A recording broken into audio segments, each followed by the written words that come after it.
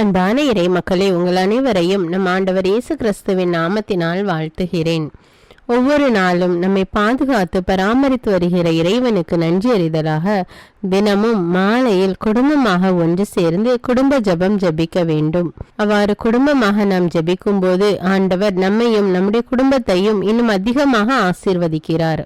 இதுவரை நீங்கள் குடும்பமாக ஒன்று கூடி ஜெபிக்கவில்லை என்றால் இன்று முதல் குடும்ப ஜெபம் ஜெபித்து இறையாசீர் பெறுங்கள். தந்தை, மகன், தூய ஆவியாரின் பெயராலே ஆமீன். திருச்சிலுவை அடையாளத்தினாலே எங்கள் தீயவர்களிடமிருந்து எங்களை மீட்டருளும்.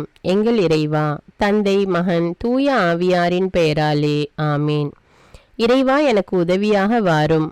ஆண்டவரே, எனக்கு உதவி செய்ய விரைந்தருளும். தந்தைக்கும் மகனுக்கும் தூய ஆவிக்கும் மாட்சிமை உண்டாவதாக. தொடக்கத்தில் இருந்தது போல் இப்பொழுதும் எப்பொழுதும் என்றென்றும் இருப்பதாக ஆமேன். திருப்பாடல்கள் 103. நெஞ்சே, நீ ஆண்டவரை வாழ்த்துவாயாக. என் அகத்துள்ளதெல்லாம் அவரது திருப்பெயரை வாழ்த்துவதாக. என் ஆன்மாவே ஆண்டவரை வாழ்த்துவாயாக. என் ஆன்மாவே ஆண்டவரை வாழ்த்துவாயாக. அவர் செய்த நன்மைகளையெல்லாம் மறவாதே. என் ஆன்மாவே ஆண்டவரை வாழ்த்துவாயாக. அவர் உன் பாவங்களையெல்லாம் மன்னிக்கிறார், உன் நோய்களையெல்லாம் குணமாக்குகிறார், உன் உயிரை அழிவினின்று மீட்கிறார், அருளாலும் இரக்கத்தாலும் உன்னை சூழ்கிறார். என் ஆன்மாவே ஆண்டவரை வாழ்த்துவாயாக. நன்மைகளால் உன் வாழ்வை நிறைவுபடுத்துகிறார், கழுகுகளின் இளமையைப் போல் உன் இளமையை புதுப்பிக்கிறார். என் ஆன்மாவே ஆண்டவரை வாழ்த்துவாயாக. நீதியின் செயல்களை புரிகிறார் ஆண்டவர், துன்புற்றோர் யாவருக்கும் நீதி வழங்குகிறார். மொயிசனுக்கு தம் வழிகளை வெளிப்படுத்தினார், இஸ்ரவேல் மக்களுக்கு தம் செயல்களை விளங்க செய்தார். என் ஆன்மாவே ஆண்டவரை வாழ்த்துவாயாக. ஆண்டவர் இரக்கமும் கருணையும் உள்ளவர், சினம் கொள்ள தாமதிப்பவர், ஏராளமான காருண்யம் கொண்டவர், ஓயாமல் கடிந்து கொள்பவர் அல்ல, முடிவின்றி கோபம் காட்டுபவர் அல்ல. என் ஆன்மாவே ஆண்டவரை வாழ்த்துவாயாக. நம்முடைய பாவங்களுக்கு ஏற்றபடி நம்மை தண்டிப்பதில்லை, நம் குற்றங்களுக்கு தக்கபடி நமக்கு ஆக்கினை இடுவதில்லை. என் ஆன்மாவே ஆண்டவரை வாழ்த்துவாயாக. ஏனெனில் வானுலகம் பூ உலகத்திற்கு எவ்வளவு உயர்ந்துள்ளதோ அவ்வளவுக்கு அவர் தமக்கு அஞ்சு நடப்பவர்களுக்கு தயவு காண்பிக்கிறார். மேல் திசைக்கும் கீழ்த்திசைக்கும் எவ்வளவு தூரமோ அவ்வளவு தூரத்திற்கு நம் பாவங்களை நம்மிடமிருந்து அகற்றியுள்ளார். என் ஆன்மாவே ஆண்டவரை வாழ்த்துவாயாக. தந்தை தன் மக்களுக்கு இறங்குவது போல் ஆண்டவர் தமக்கு அஞ்சுகிறவர்கள் மேல் இரக்கம் காண்பிக்கிறார். ஏனெனில் அவர் நம்முடைய நிலைமையை நன்றாய் அறிந்திருக்கிறார். நாம் தூசிக்கு சமம் என்று அவருக்கு தெரியாமல் இல்லை. என் ஆன்மாவே ஆண்டவரை வாழ்த்துவாயாக. மனிதனின் வாழ்நாள் புல்லை போன்றவை, வயல்வெளிகளின் பூக்களைப் போல் காற்றடித்ததும் அது வதங்கி விடுகிறது, இருக்கிற இடம் தெரியாமல் போய்விடுகிறது. என் ஆன்மாவே ஆண்டவரை வாழ்த்துவாயாக. ஆண்டவருடைய தயவோவெனில் அவருக்கு அஞ்சி நடப்போர் மீது என்றென்றும் நிலை நிற்கும். அவருடைய நீதியோ அவருடைய உடன்படிக்கையை கடைபிடித்து அவரது கற்பனைகளின்படி நடக்க அவற்றை நினைவுகூரும் தலைமுறைகள் மீது நிலைத்திருக்கும். என் ஆன்மாவே ஆண்டவரை வாழ்த்துவாயாக. ஆண்டவருடைய வார்த்தையை கேட்டு அவருடைய சொற்படி நடக்கும் ஆண்டவரின் வல்லமை உள்ள தூதர்களே, அவரை வாழ்த்துங்கள். ஆண்டவருடைய திருவுளப்படி நடக்கும் அவருடைய ஊழியர்களே, அவருடைய சேனைகளே, அவரை வாழ்த்துங்கள். என் ஆன்மாவே ஆண்டவரை வாழ்த்துவாயாக. ஆண்டவருடைய சகல படைப்புகளே, அவருடைய ஆளுகை செல்கிற இடமெங்கும் அவரை வாழ்த்துங்கள். என் ஆன்மாவே ஆண்டவரை வாழ்த்துவாயாக. என் ஆன்மாவே ஆண்டவரை வாழ்த்துவாயாக.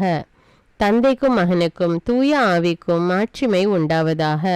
தொடக்கத்தில் இருந்தது போல இப்பொழுதும் எப்பொழுதும் என்றென்றும் இருப்பதாக ஆமீன். எபிரேயர் அதிகாரம் 8. இயேசு கிறிஸ்துவின் உடன்படிக்கையின் மேன்மை. புதிய உடன்படிக்கையின் தலைமை குரு இயேசுவே. இத்தகைய தலைமை குரு நமக்கு வாய்த்துள்ளார் என்பதே இதுகாரும் நாம் கூறியவற்றின் தலையாய கருத்து. இவர் விண்ணகத்தில் பெருமைமிகு கடவுளுடைய அரியணையின் வலப்பக்கத்தில் வீற்றிருக்கிறார். அங்கே மனிதரால் அல்ல ஆண்டவராலே அமைக்கப்பட்ட உண்மையான கூடாரமாகிய தூயகத்தில் ஊழியம் செய்கிறார். ஒவ்வொரு தலைமை குருவும் காணிக்கைகளையும் பலிகளையும் செலுத்தவே ஏற்படுத்தப்பட்டிருக்கிறார். எனவே பலி செலுத்துவதற்கு இவரிடமும் ஏதேனும் ஒரு பொருள் கட்டாயம் இருக்க வேண்டும். உலகிலேயே இருந்திருப்பார் என்றால் இவர் குருவாக இருந்திருக்க மாட்டார். ஏனெனில் திருச்சட்டத்தின்படி காணிக்கைகளை செலுத்த ஏற்கனவே இங்கு குருமார்கள் இருக்கிறார்கள். இவர்கள் வழிபடும் இடம் விண்ணக கூடாரத்தின் சாயலும் நிழலுமே. மோசே கூடாரத்தை அமைத்தபோது மலையில் உனக்கு காண்பிக்கப்பட்ட முறைப்படி நீ இவற்றையெல்லாம் செய்யுமாறு கவனித்துக்கொள் என்று கடவுள் பணித்தது இதை சுட்டி காட்டுகிறது. ஆனால் இவரோ அவர்களுடைய குருத்துவ பணியை விட மிக மேன்மையான குருத்துவ பணியை பெற்றிருக்கிறார்.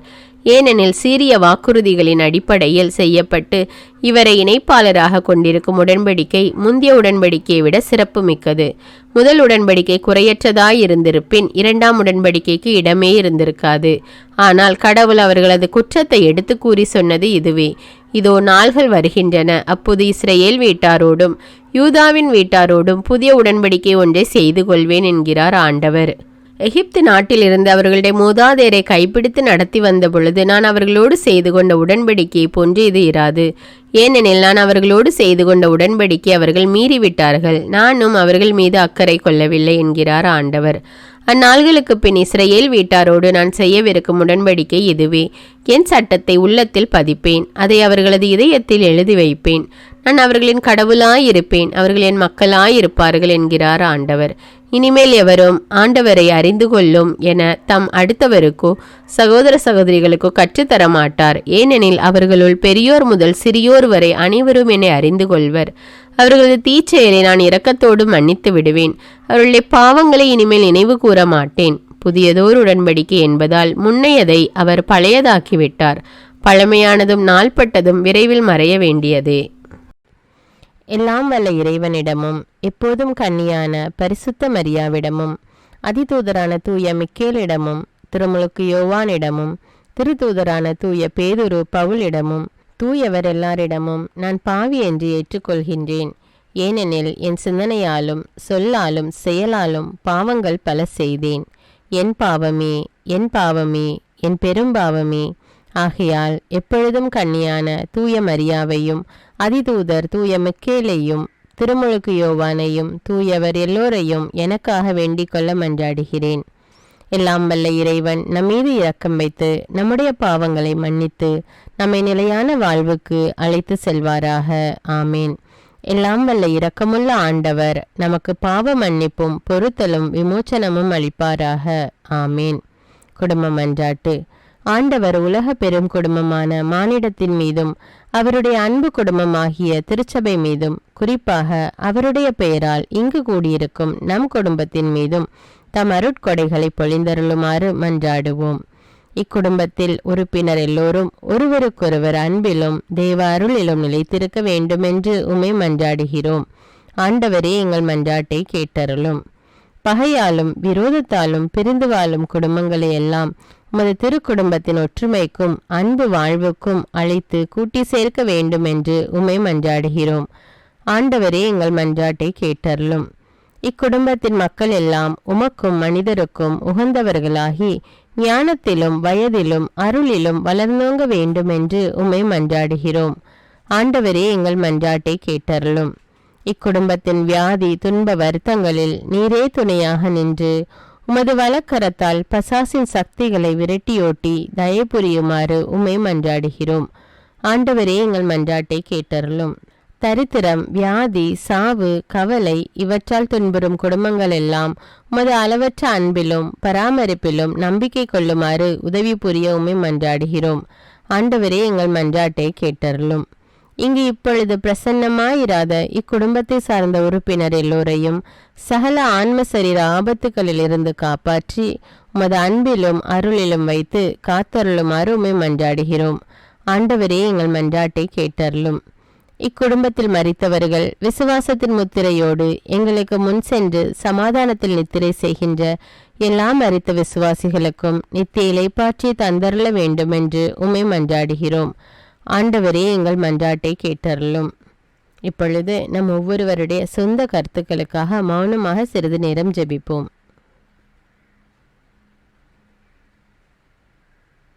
எல்லாம் வல்ல சர்வேஸ்வரா, உமது திருமகன் இயேசு கிறிஸ்து மரியாளுக்கும் சூசையப்பருக்கும் பணிந்து குடும்ப வாழ்வை சொல்லறிய புண்ணியங்களால் அர்ச்சிக்க வேண்டும் என்று திருவுளமானீர்.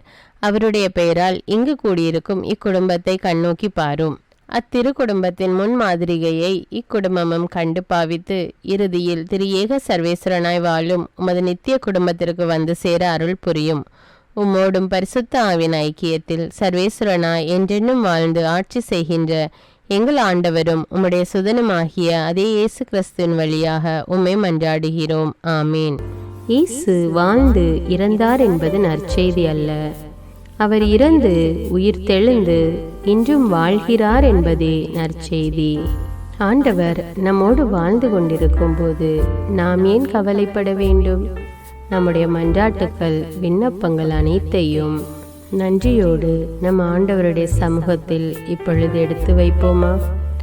பரலோகத்தில் இருக்கின்ற எங்கள் பிதாவே, விண்ணையும் மண்ணையும் படைத்தவரே, இக்காலத்துக்கும் அரசராயிருக்கின்ற ஒரே கடவுளே, மிகுந்த இரக்கமுடைய இறைவா, படைகளின் ஆண்டவரே, எங்கள் பாவங்களை மன்னிக்கும் தெய்வமே, எங்களுக்கு சமாதானத்தை அருள்பவரே, வெற்றியை கொடுக்கும் தேவனே, எங்களை குணமாக்கும் தந்தையே, எங்களை காண்கிறவரே, வழி நடத்துபவரே, ஆறுதலின் தெய்வமே, தம் ஒரே மகன் மீது நம்பிக்கை கொள்ளும் எவரும் அழியாமல் நிலை வாழ்வு பெறும் பொருட்டு அந்த மகனையே அளிக்கும் அளவுக்கு உலகின் மேல் அன்பு கூர்ந்தவரே, தம்மை நோக்கி மன்றாடும் யாவருக்கும் உண்மையாய் தம்மை நோக்கி மன்றாடும் யாவருக்கும் அருகில் இருக்கும் ஆண்டவரே, உம்மை ஆராதிக்கிறோம், உம்மை போற்றுகிறோம், உம்மை துதிக்கிறோம், உமக்கு நன்றி செலுத்துகிறோம். ஆண்டவராகிய இயேசுவே, எங்கள் மெசியாவே, எங்கள் நல்லாயனே, உலகின் ஒளியானவரே, எங்கள் மீட்பரே, வாழ்வும் வழியும் உண்மையுமானவரே, பரலோகத்திலிருந்து இறங்கி வந்த இயேசுவே, பாவியை தேடி வந்த இயேசுவே, நோயுற்றோரை குணப்படுத்தும் இயேசுவே, உலகின் பாவங்களை போக்கும் செம்மறியே, உம்மை அன்பு செய்கிறோம், ஆராதிக்கிறோம். எங்கள் மீட்பரே, எங்களுடைய பாவங்களுக்காக நீர் சிலுவையில் மரித்து மரணத்தினின்று உயிர் தெழுந்து இப்பொழுது பிதாவின் வலப்பக்கத்தில் எங்களுக்காக பரிந்து பேசி கொண்டு இருக்கிறீர்.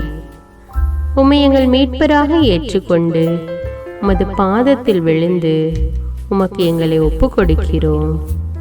உமது திரு இரத்தத்தால் கழுவி எங்களை நீதிமான்களாய் மாற்றும் ஆண்டவரே, நாங்கள் செய்த எல்லா பாவங்களையும், குறிப்பாக எங்களுக்கு சாபத்தை கொண்டு வந்த பாவங்களுக்காகவும் மனம் வருந்துகிறோம்.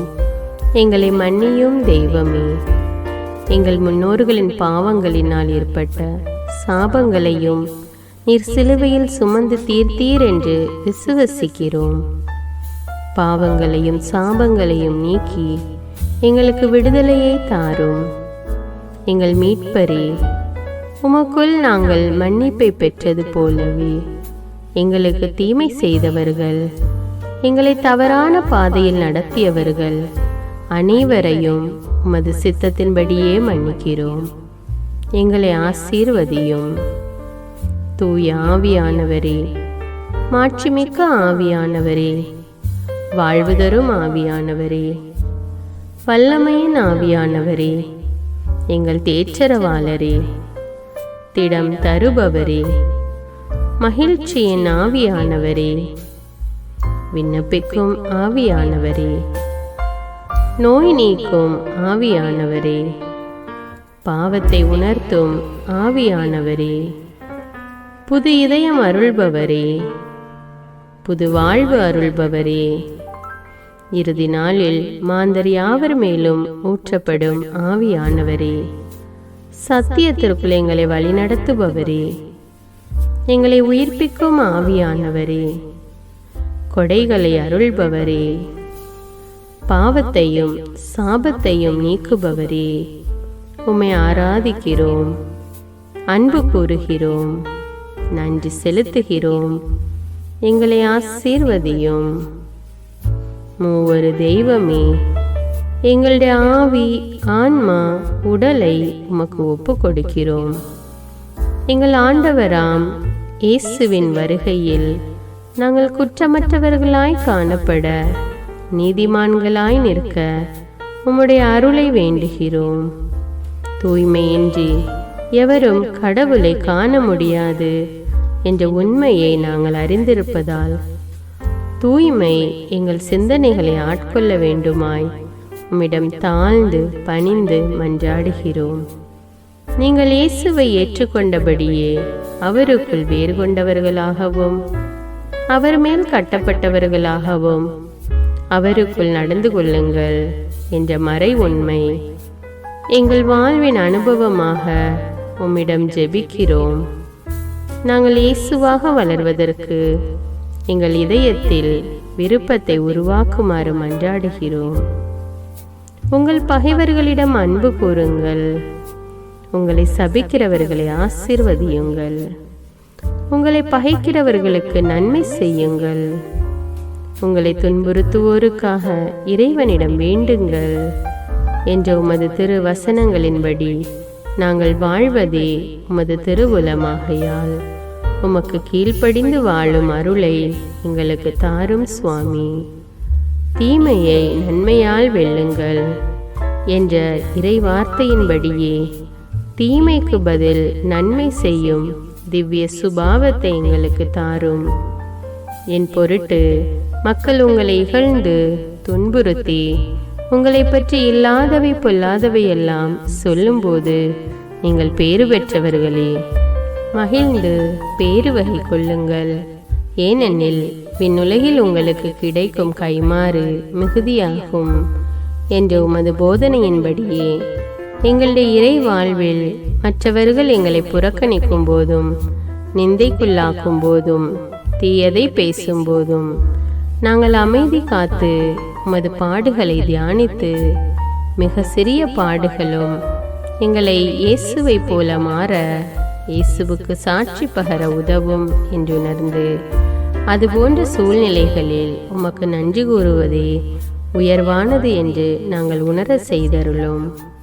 இயேசுவே, கடவுள் வடிவில் விளங்கிய நீர் உம்மையே வெறுமையாக்கி அடிமையின் வடிவை ஏற்று மனிதருக்கு ஒப்பானீர்.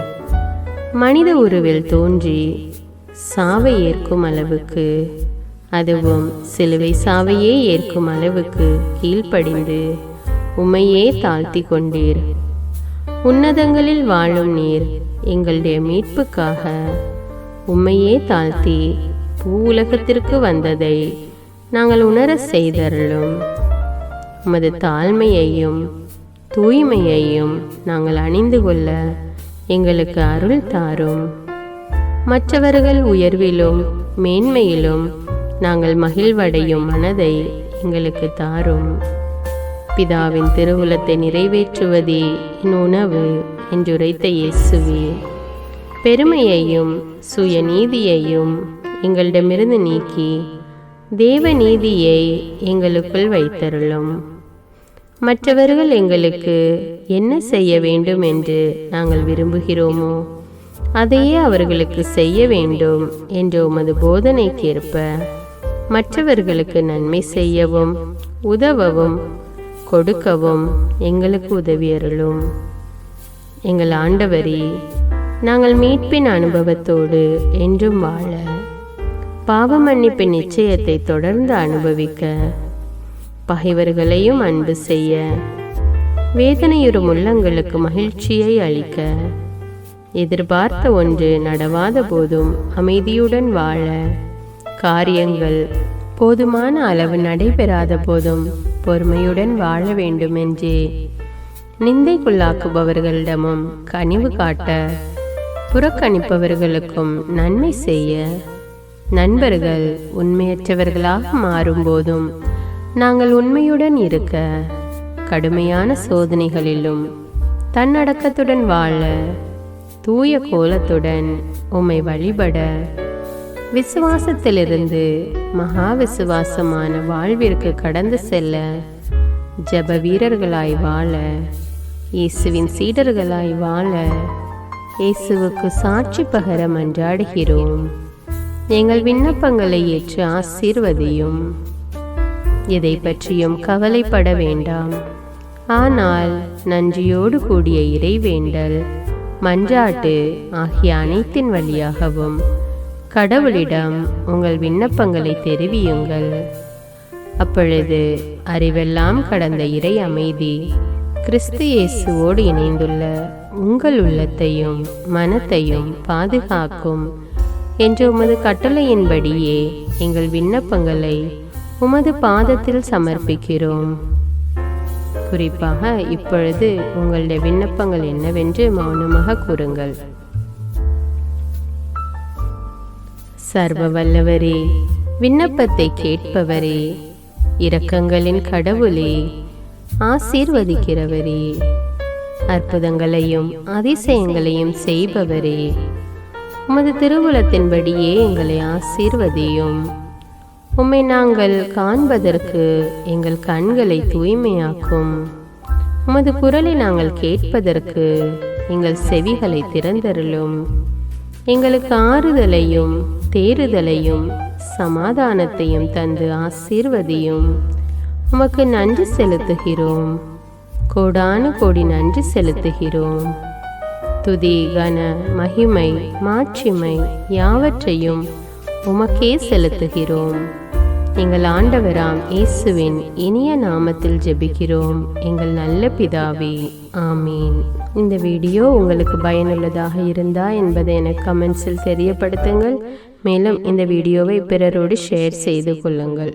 நன்றி.